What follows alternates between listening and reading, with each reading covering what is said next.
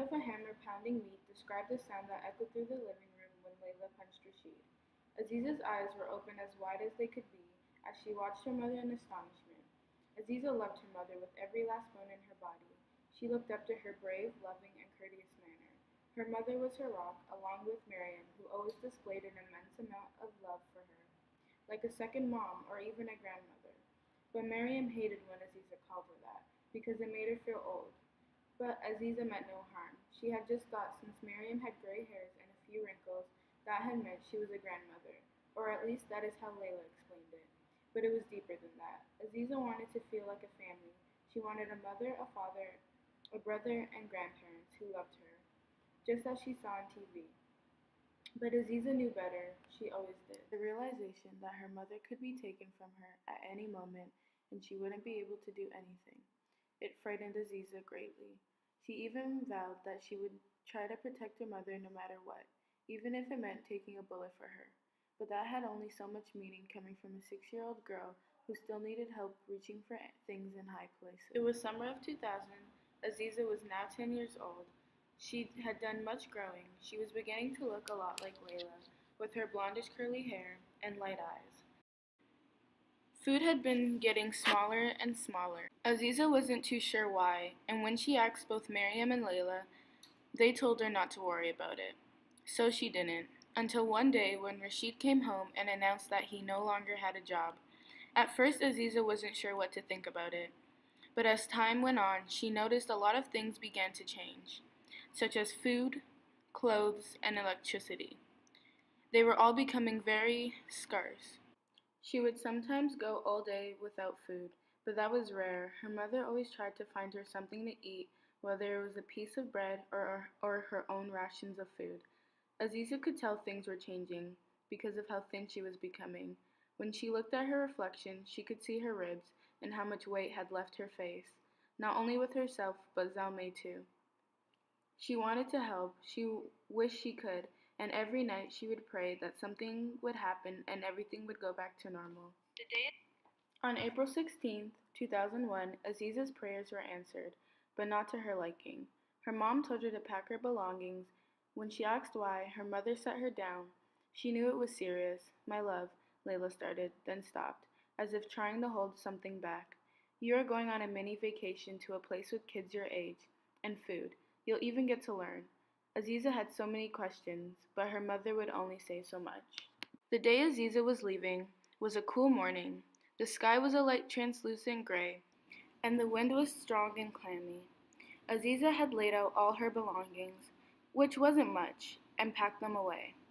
One by one, she placed her flower shirt, then her socks, next was her gloves, a banana, a set of dice, then her old pumpkin-colored blanket that had stars and comets all over it, and lastly, she packed a splintered plastic cup. Once arriving at the location of the place she would be staying at, Aziza began to feel much more scared.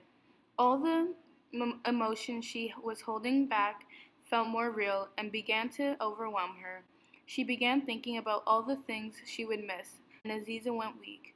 She wanted to cry. She felt the tears, but Layla noticed quickly and grabbed her face. I'll come and see you all the time. Look at me, Aziza. I'll come and see you. I'm your mother. If it kills me, I'll come and see you. Aziza began to feel slightly better, but she was still upset. Then they walked into the old building. The first few weeks were hard. She talked with a few of the other kids. Aziza didn't think of herself as an orphan. She knew Layla wouldn't leave her here forever, only temporary. Aziza also started getting the hang of things. Every morning they would pray, then they would eat in the dining room. And once everyone was finished, they would go to class to learn some things. Aziza was currently sitting on the old rusty swing set outside. She felt safe when she sat out in the sun, swinging. As she was sitting out on the swing, she heard a familiar voice. She knew exactly who it belonged to. A huge smile spread across her face as she jumped up from the swing and ran into her mother's arms. Mama, you came! The two spent their time talking about randomness and catching up, but when Aziza was asked about how things were going in the orphanage, Her face became solemn. I want to go home. I miss you and Zelma and Miriam and sometimes Rashid too. She prayed her mother would feel so sorry for her and just take her away from this place. I know it's tough, but you are doing good. I'm proud of you. Her mother then cupped her cheeks and kissed her forehead. Soon, Aziza. You will come home soon.